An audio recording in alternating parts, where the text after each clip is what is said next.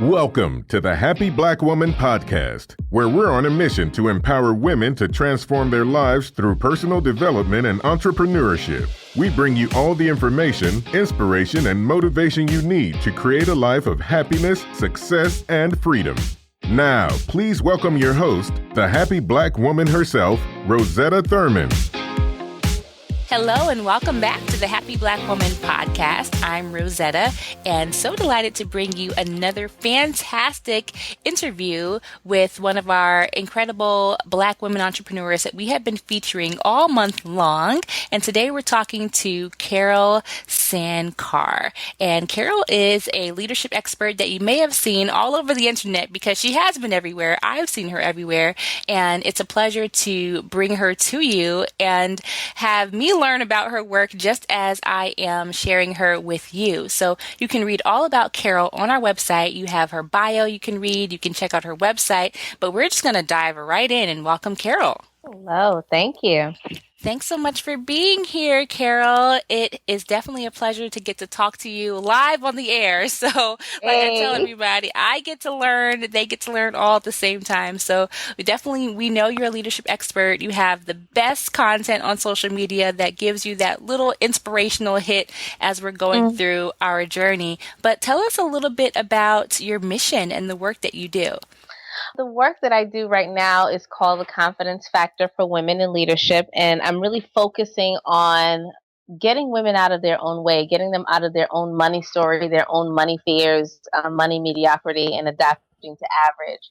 And a lot of this came after, I shouldn't say after, but I'm in real estate originally. I'm a real estate developer. I develop everything from commercial buildings to shopping centers and the sort. And in this industry, it's very hard to find anybody who looks like me. It's a very lonely industry. And I was trying to figure out at one period, where are the women? I didn't know where they were. And so I started this long collective incubator that lasted for 4 years from 2010 to 2014 to really figure out what was the problem with the mission. And that's how we came up with the Confidence Factor for Women. We realized that it's not about the loss of opportunity. This is the lack of women that are confident enough to take action on an opportunity. I love it. I love that name too, the Confidence Factor. Confidence is such a huge topic in our community. So tell me, how did you, can we go a little Sure. deeper into the story about, how did you decide to, make this your business? I mean, it sounds like a far cry from real estate. I know, right? How did you even get here?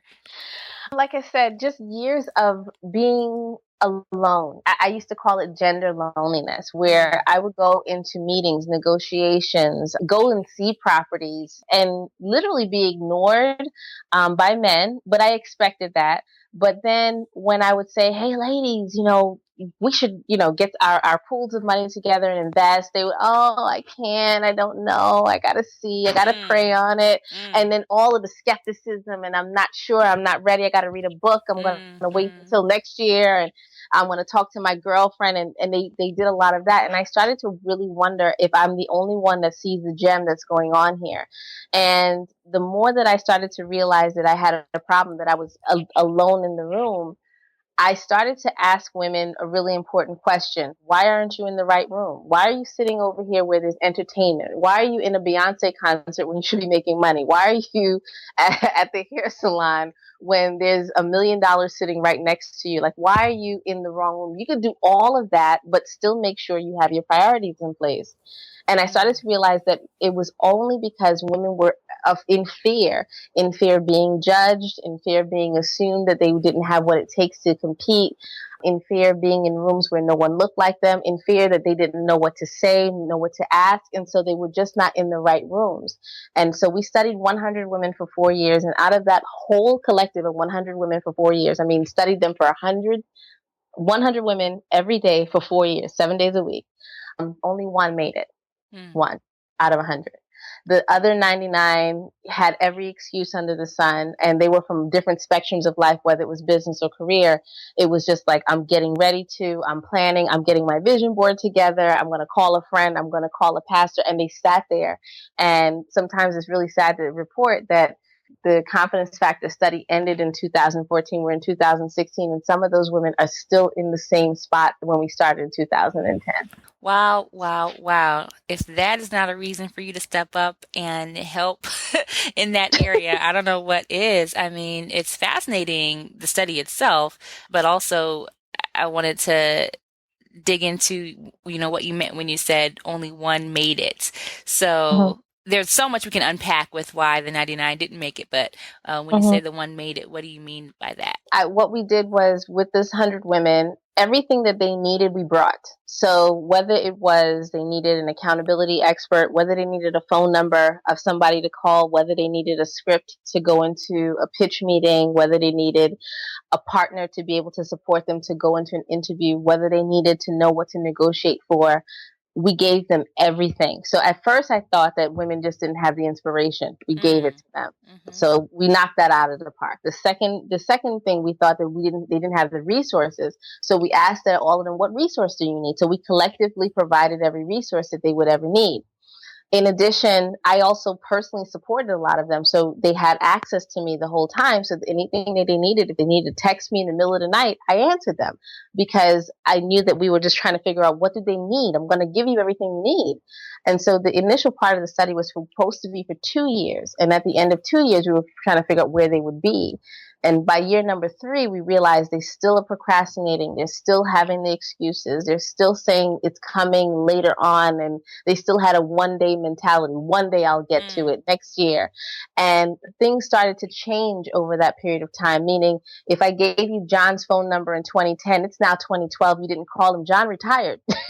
So John is not there anymore. Oh, no. So you've missed John, you missed the opportunity, and now we got to start all over. We got to build a new relationship, and then they wouldn't do it. So when I say the one made it, there was one woman in the group who, no matter what tip you gave her, she would just do it. She just kept doing it. She just, whatever it took. And then I think by year number 3, she actually managed to get out of one job and get into her ideal job.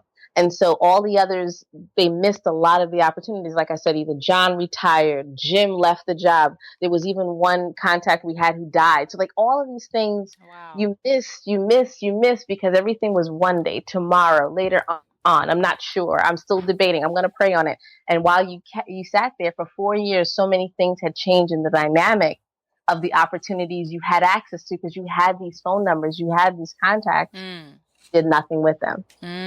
That is so powerful to hear you say that, because it's like the dilemma of every coach that works with women is, really helping them to get to some tangible results. That's what's going on. So of course I want to ask you, what contributed to that, but in the context of, I know that there are women listening that recognize themselves in those 99.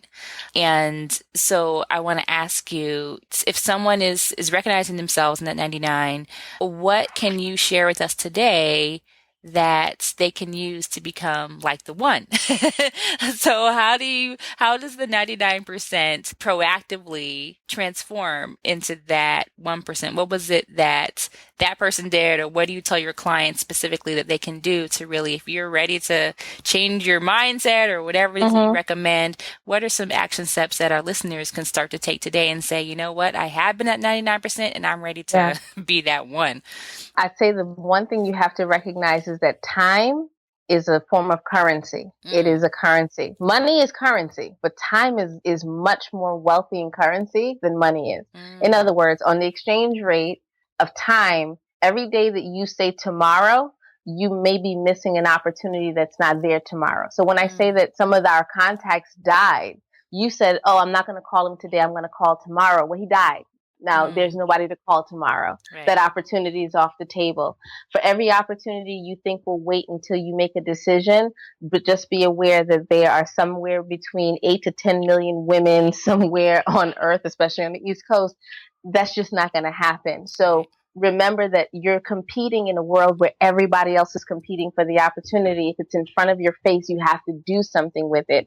And remember that confident women make confident decisions, and they make them fast. So a lot of what I've learned in real estate is, by the time you see a property, you're being pitched by millions of people, meaning if it's on MLS or if it's someplace else or whatever, it's not exclusive to you. So just remember that the minute you see an opportunity, you don't have time to go ask someone who is not qualified in that arena their opinion. You either have to take advantage of it and eat, whether you fail or whether you succeed. Trying is another form of currency, because if you don't try, you don't know which one you'd come out with. And so our failures are from our procrastination, and our failures are because we don't recognize that time is currency. We don't recognize that every day that we say tomorrow, later on, which are not days on the calendar, mind you. So I've never looked at my calendar and said tomorrow. There's no such day. It's Monday, Tuesday, Wednesday. If I look at it every day, it says a day on it. There's no such thing as later on, I'll decide, I'll get back to you. Those things are indicators that you're not ready. You're not designed. Anytime someone says to me, I'll get back with you, that is language that says, I'm not ready. Today is not my day. Then you're not ready for an opportunity. And the reason why the one made it is because she never said tomorrow. She said now. Everything was a now. If you gave her a number now, she made the phone call now. If you gave her an opportunity now, she took an opportunity now. She did not allow it to sit and fester and start talking herself out of it. She just continued with the fear and just followed it anyway and made something happen. Yes, yes. I love everything that you've said, of course, but this idea about time being currency. And when you said that, it kind of made me think about, we often talk about what the fear of going after an opportunity or reaching out to someone, but thinking about what are we losing? So if we can gain something, there's also something that we might lose too, especially in business, because currency is like we're gaining money, we're gaining revenue when we go after opportunities. But when we don't, aren't we even losing out on something too? I always tell people, if you have a business idea that has a potential to make $1 million and you sit on it for 10 years, like how many millions have you lost? Flushed down the toilet. Yeah. Yeah. It's currency. You're literally, every procrastinator is flushing money down the toilet. They're literally just shredding money through a shredder. Just go in your wallet, pull out as much money as you've got, put it through a shredder, see how painful it is. Because we don't evaluate time as tangible. We don't understand that when you're wasting money, it is tangible. So when you don't get that opportunity back, you live in regret. And regret is another form of currency. Because living in it means that you're festering in it. It's not going to help you to grow. You're not going to go after things. So you're going to stay in where you are, and you're going to continue to wonder, what could my life have been like if I actually made that phone call on October 3rd? Man, what would it have been like if I played the lottery the other day when it was $1 billion? What would my life be like? But because I decided today is not my day, I'm going to go later. I'm going to go at 3:00. Look, nothing's going to happen.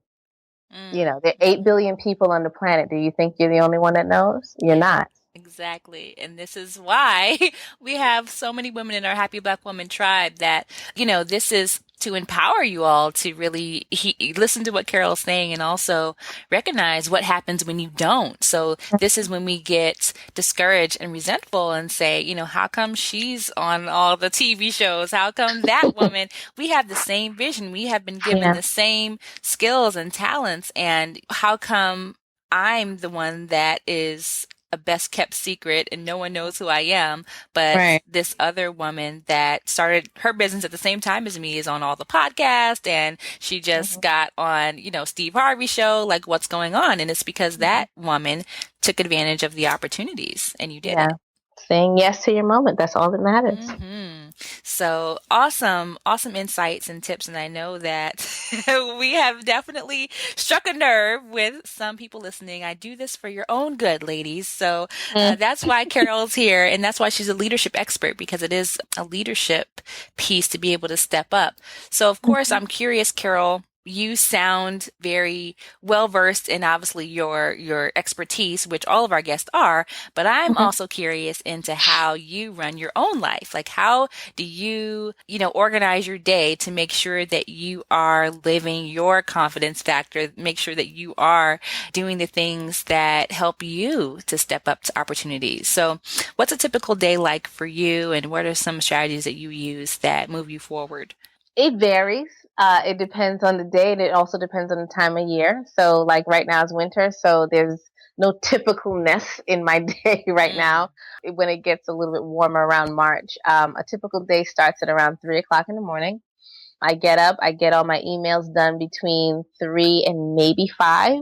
And so every email that is supposed to be answered by me, it's done between then and then.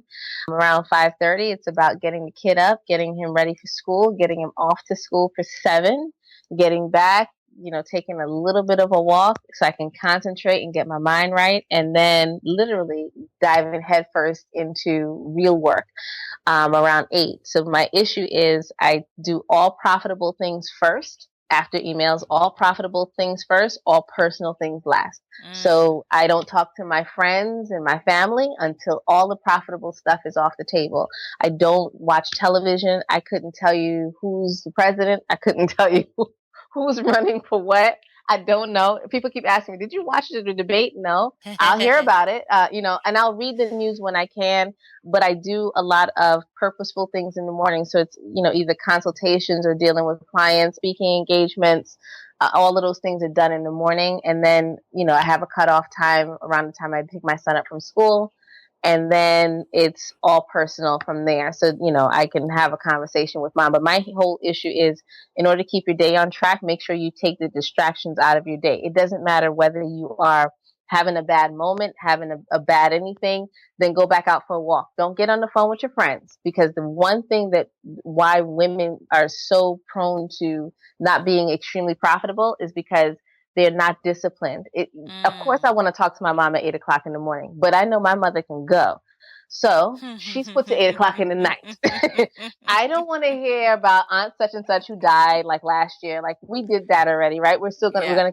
So I have to put her off and she understands, but I mean, she's still my mother, and but she'll have to understand. So I try to do profitable first, personal last, and then I take some time out for me. I go to sleep early. I drink a lot of water and do it again. That's a great phrase to remember. Profitable first, personal last. And it's That, not that you put yourself last, but it's that, like you said, time is currency. So if time is yeah, money, time you is time. gotta, use your time wisely. And I just love how you gave the example of your mom, because a lot of us, are juggling the different roles, and family is a big part of that.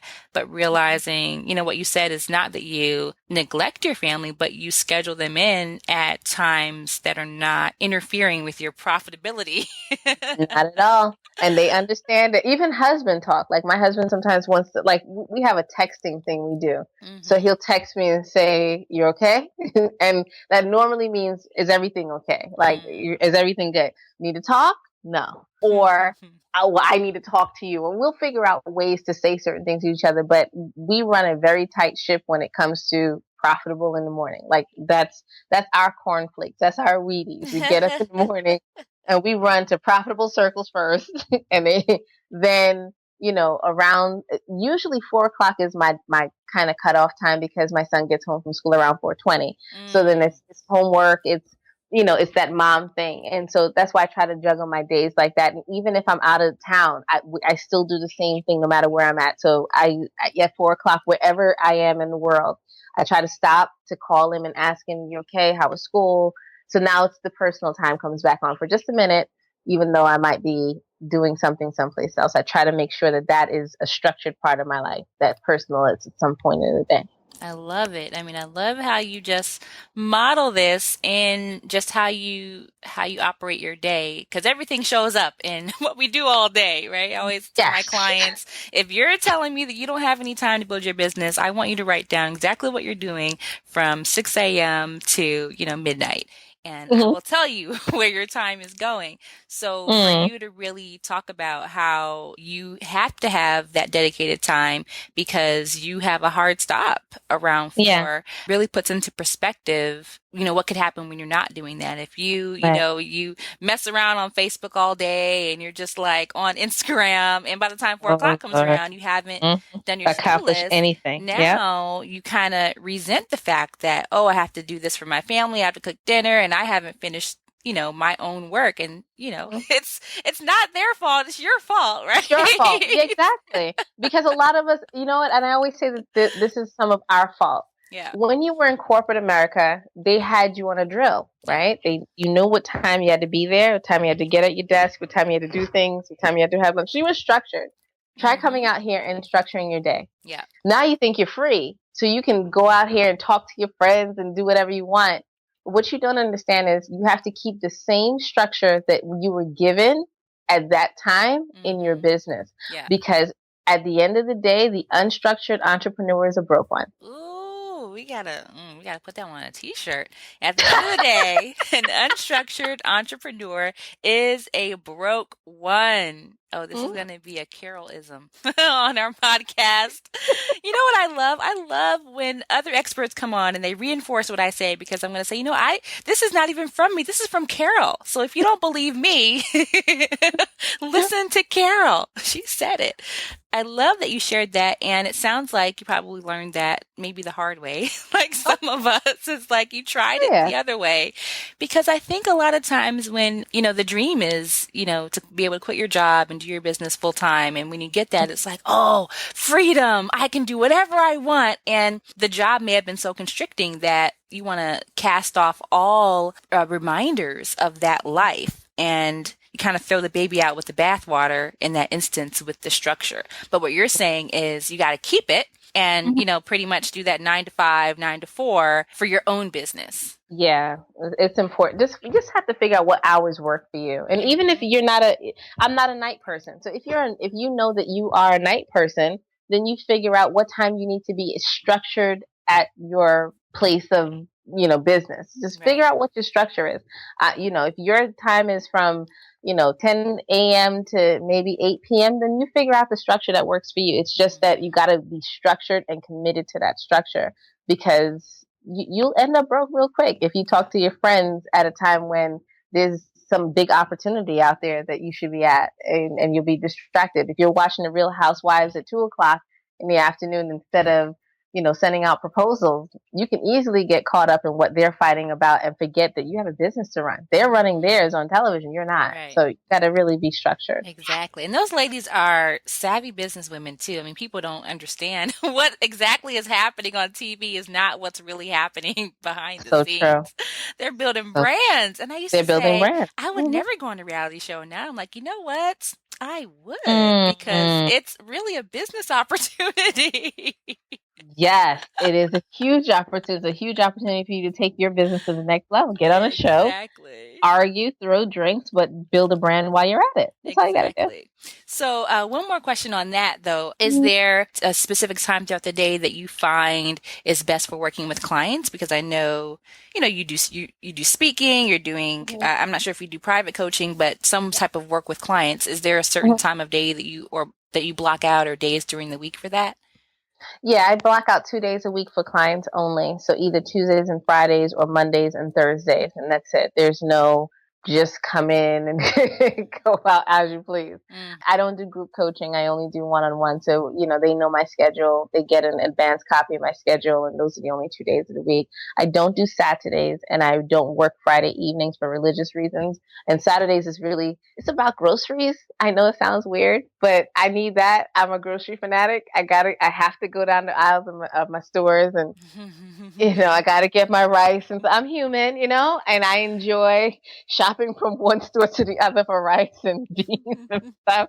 And that's my little thing. So I carve out that time for me. But my clients know, if you could just give me my Friday nights and my Saturdays, I will give you the 2 days of the week that you best serve your attention, and I'll take care of it. I love it. So that's another big tip, ladies, for all of you taking notes and trying to figure out the best schedule that works for you. It really does help a lot to block out certain days for certain things, because then you are in control of your schedule, and not the other way around. So, so I love that. Now I want to get into our inspiration round and ask you, Carol, what makes you a happy Black woman?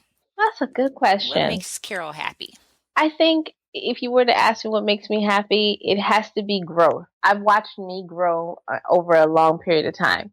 So every time I realize I've grown, I'm like, wow, this is amazing. Now, don't get me wrong, God, family, and all of that, I got that. However, those are natural things that make me happy. But just knowing that I'm growing makes me celebrate me even more, because there are a lot of people who I know that don't grow. They think they're growing, but they're not growing. I'm growing. I'm actually seeing myself stretch. I'm stretching my mind. I'm stretching my abilities. I'm stretching myself.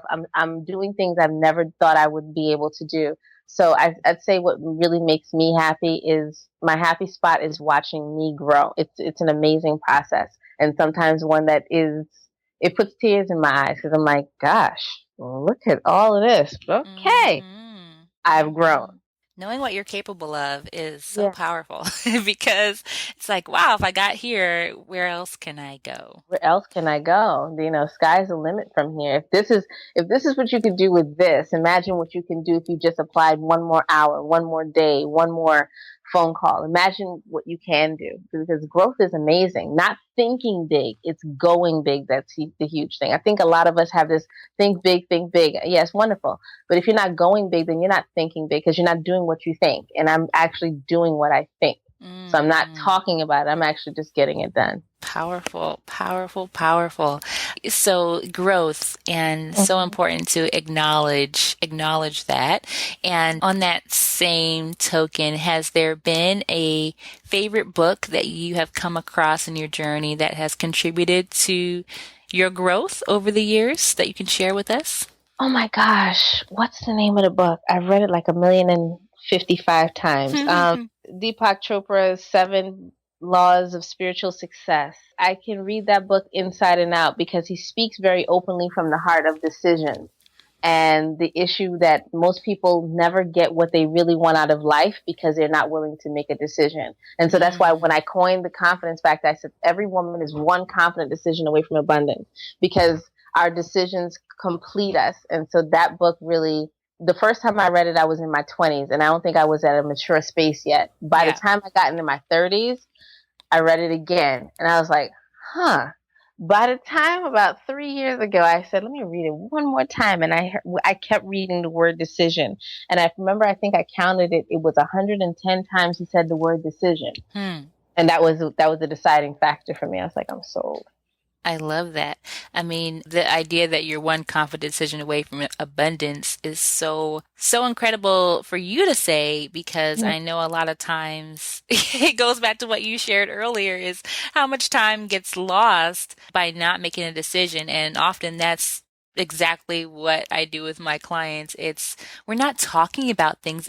I got on the Skype call with a client the other day, and there was something that if she just did this one thing, all these doors would open up. And she's like, well, I'm going to schedule to do it next week. And I said, you know what? Yeah. Why don't we just open your inbox right now and let's send that email out right now. And, and it was the most powerful session, and also like the simplest thing. It's like, let's just do what I told you to do.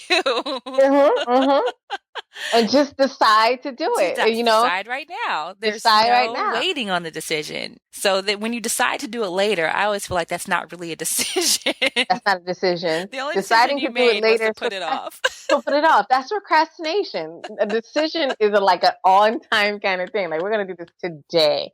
At this time, in this moment, we're going to do this at this moment. Because if you're not living your life in this moment, you're going to miss the moment. You're going to miss the opportunity. And that's why so many of us are not happy, because we live in the other moment, the false moment that we create around ourselves, that one day we're going to be happy, we're going to be wealthy, we're going to be... No, in this moment, what are you doing in this moment? Because the only moment you have is this one. I don't know if I'm going to wake up tomorrow morning. Exactly. I have no idea, but my moment of yes is today. Fantastic. I love it. So that's actually a book that hasn't been mentioned here on the podcast so far. So thank you for trailblazing with that one. So we're going to get that on our list, and we'll put it in the show notes too, the Deepak Chopra book. Moving into your personal mantra, I always ask people on the show, what's a personal mantra or a motto or a saying or a quote that you live by that you can share with our listeners? I forget who says it, but he says, the quote says, you have to learn the game better than everybody else in order for you to play. And so I study. I'm a consistent study.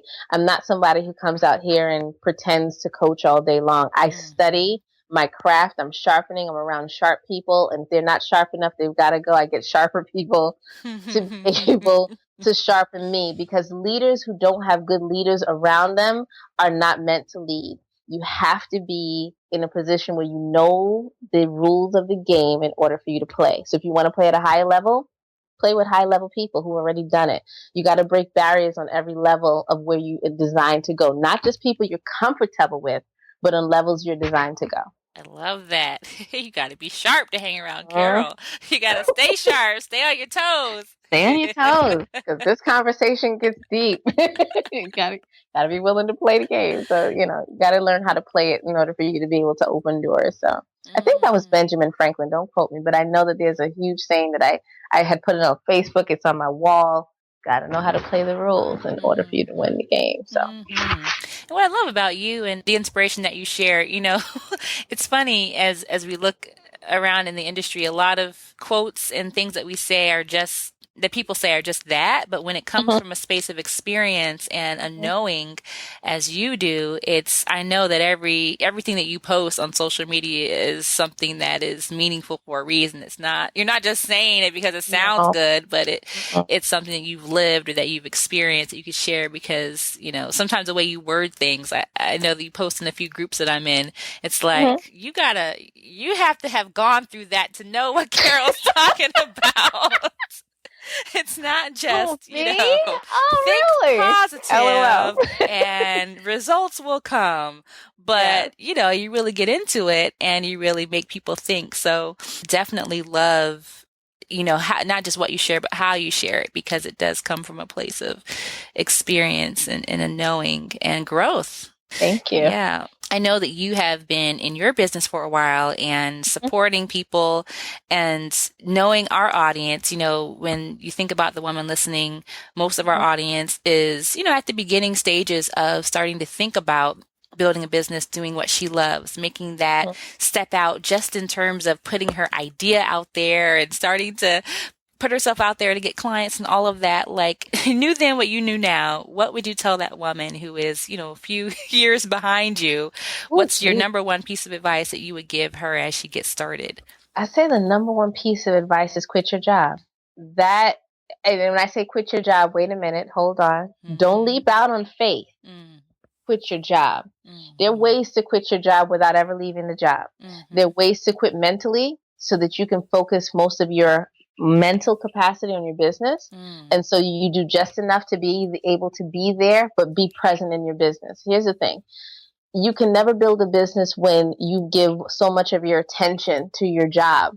And you can never leave your job without a transitional plan. And if you don't figure out a way to mentally leave your job and physically at some point start to work into the capacity, maybe 1 hour a week, leaving your job, instead of at 5, you leave at 4 to be able to start your business earlier. The next day we leave at 3, and we take that time off without pay until we learn how to transition. There will be a class of women who call themselves entrepreneurs who have a full-time job. You can never own a full-time business with a full-time job. That is a hobby. And that's the reason why so many of us are not relevant and not counted when it comes to leadership, because many of us are living in a dream that we can actually be jobpreneurs. You can't. It's just not something that works, because after you've given something 8 hours of your time, remember it's a currency. After you've given 8 hours of your currency to something, you're exhausted and you don't give your own currency and receive currency in a manifestation way back into your business. Find a way to leave your job and create the transition plan. That's something I didn't do in the beginning. It happened for me, ironically, because my job was eliminated. My whole company disbanded. And I figured it out. I said, okay, well, so since I got to figure this out. Right.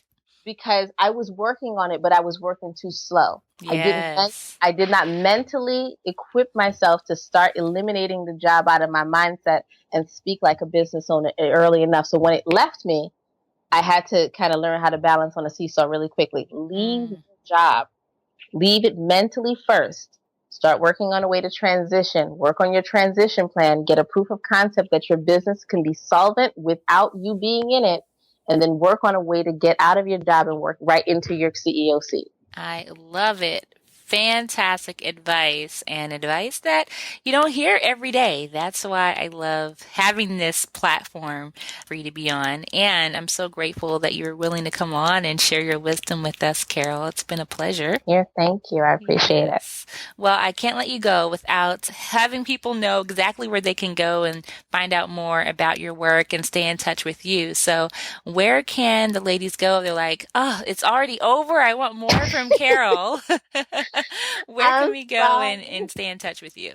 Sure. They can go to theconfidencefactorforwomen.com. All one word, theconfidencefactorforwomen.com. And everything that you will need to know about playing a bigger game toward your own success will be right there, from tips, strategies, blogs, books, and more. Confidencefactorforwomen.com. Right? Yes. Okay, great. And we're going to put that link into our show notes so you all can catch up with everything that Carol has been sharing if you haven't been following her work. So thank you again, Carol, for being willing to come here, share your knowledge, and inspire everybody else to be better leaders as we move forward this year.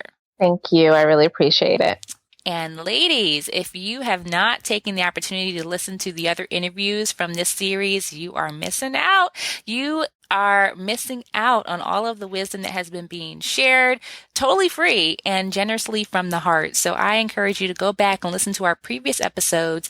Get your notebook or your journal out, take notes, pause the recording, write down the resources. And as always, you can get our show notes at happyblackwomanpodcast.com, where we have notes for every show, links to the resources that everyone shared, Carol's suggested book and her tips and everything. We take notes for you. So you can also do that. And I would love it. I would be so delighted if you would go on iTunes, give us a rating and a review so that other Black women can find our podcast, because there is nothing like this on iTunes right now. And I really want everyone to get this inspiration, motivation, and knowledge. So thank you guys for listening. I'll see you in the next episode. In the meantime, have a wonderful day, and I'll talk to you soon. Bye-bye. Thank you for joining us on the Happy Black Woman podcast. If you want all the show's notes from today's episode, go to happyblackwomanpodcast.com. Plus, we'll send you a copy of Rosetta's free life mapping workbook. We look forward to empowering you next time. And until then, do something this week that makes you happy.